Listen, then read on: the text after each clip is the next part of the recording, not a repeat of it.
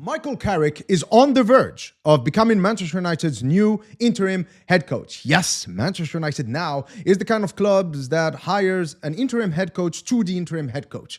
So I'm sure that by now, over the past few hours, you probably have watched a couple of videos, probably have read a couple of articles on Michael Carrick's football philosophy, on his approach to how football should be played and his approach to tactics. And upon reflection on this topic, I have realized that this topic is not really that relevant, because when it comes to Michael Carrick, I literally could not care less about his footballing philosophy.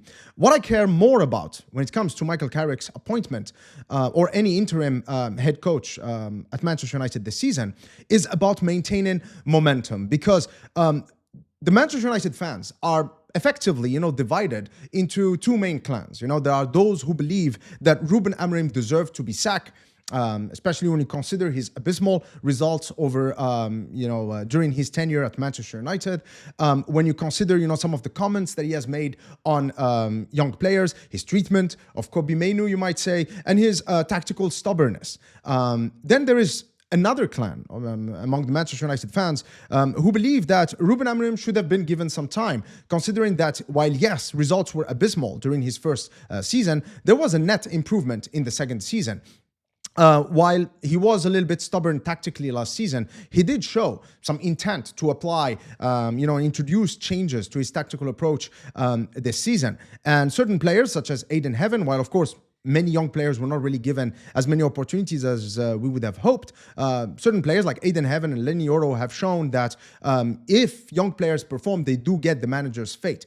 But it doesn't matter whether you are in Clan A or Clan B, it doesn't matter. Ruben Amorim is not the Manchester United manager anymore. But one thing that is true, though, is that Ruben Amorim, at the time of him being sacked from Manchester United, we were sixth, and we are within touching distance of Champions League places, which means that now the pressure on Michael Carrick is immense, because Michael Carrick right now has to deliver that Champions League qualification and leave the club in a state, a springboard that could be used by the next incoming permanent appointment. Because don't be fooled, Manchester United, in order for us to achieve the results that we want to achieve in the transfer market, if you want to build the squad that we want to build, we are going to require cash. And last season we were able to manipulate and squeeze the little bit of cash that we had in reserves, but I don't think that we are definitely going to be able to do that again this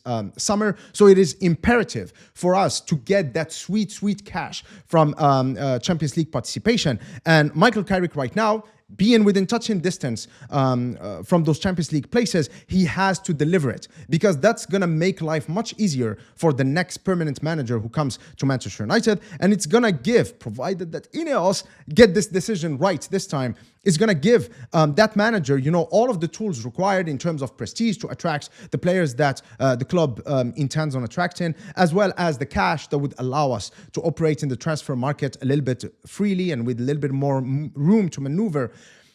So yeah, he has to deliver that. So as far as Michael Carrick is concerned, it's all about momentum. For me personally, it's all about wins, okay? I don't care about Michael Carrick's tactical system. I don't want to hear the word system the second part of this season. It doesn't matter.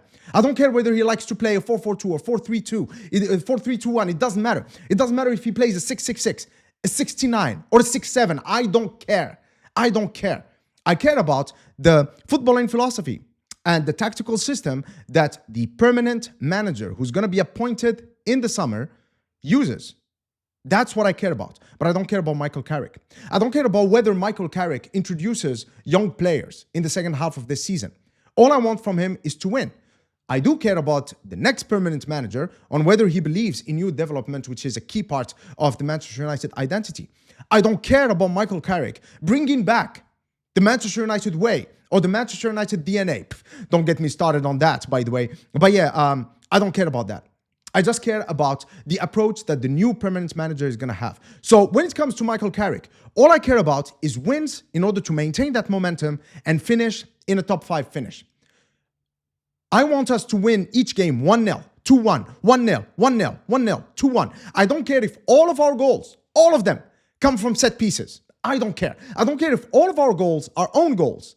I don't care. As long as we get the 3 points and we can finish in the top 5 at the end of the season, that's actually the best present and the best service that Michael Carrick, a Manchester United legend, can deliver the Manchester United fans. So, as someone who analyzes the games from a tactical perspective here on this channel, starting from our next game against Manchester City, I'm not going to be focused on the formations that Michael Carrick uses, or his footballing and tactical principles, or his philosophy. What I'm going to be focused on the other hand, is how does he approach tactical preparation before a game?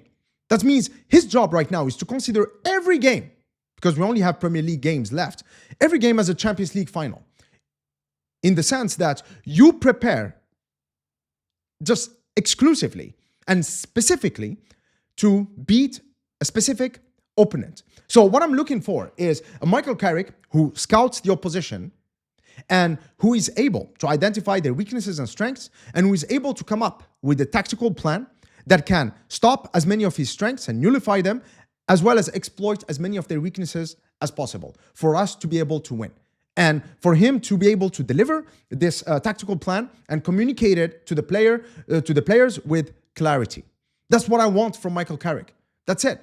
If he can provide this, and if we end up in a top 5 finish at the end of the season, that to me would have been one of the best performances from a manager at Manchester United, or a head coach. People are really sensitive about this term now. A head coach in the post-Sir Alex Ferguson era. That would be the best gift that Michael Carrick would give us, the Manchester United fans. Also, I do have a lot to say about INEOS, and most of it is negative. In fact, I was actually preparing a video on INEOS, but then when the news broke, being a YouTuber, I have to prioritize what people are interested in currently. So I have prioritized this video on Michael Carrick, but I'm still making a video on INEOS because I'm so mad at them. I have a lot of negative things to talk about, INEOS's approach to this Manchester United project. But Michael Carrick and Ole were both in the running for the position, and reports now are talking about how Ole Gunnar Solskjær has told the club that he wanted a big bonus upon qualification to the Champions League, as well as to be made permanent. And here I'm not knocking down Ole. I've already seen a few comments online, talking about how Ole is kind of like a gold digger or whatever. That's just stupid. People online are crazy. They're crazy. Okay? No. I think it's fair play to Ole, because he's seeking kind of like a performance-based pay, which is fair play to him. He's showing his ambition. Okay, if I can deliver a great result, then maybe I should be rewarded both financially and in terms of status by being given another shot another shot at redemption, at Manchester United. But the fact that INEOS said yes, but no, thank you, Ole, we're going to go with Carrick. That's a way for them of saying, no, we want to take our time with who we're going to appoint in the summer. It's also an admission on their part, I feel, because I think that Jason Wilcox, especially, since he was really the one dealing with Ruben Amorim the most, has been kind of like shaken because of Ruben Amorim's decision to leave. So I think that now everybody involved, Christopher Vivell and Omar Barada, as well as Radcliffe himself, are probably adamant that they need to take their time before they make a decision on the next appointment. They need to first understand, the current situation of the club. They need to understand how do they want to move forward, and then finally, who would be the right man to move forward along with. So by telling Ole, no, we are going to go with Michael Carrick, that's them saying, no, it's interim head coach only. That means it doesn't matter. You could win the league. You're not going to be made permanent, because we want to take our time before we make the next appointment. And I think that despite all of the negative things that I have to say about INEOS, I think that's the right approach in this case. So Michael Carrick, proper Manchester United legend. By the way, for me personally, he's in my top 3, I would say, favorite Manchester United players ever. So I'm really happy to have him manage the club until the end of the season. I think that his calm demeanor, he's kind of like a calculating type of character, which I think could probably play to his favor. So I'm just excited to see what he brings.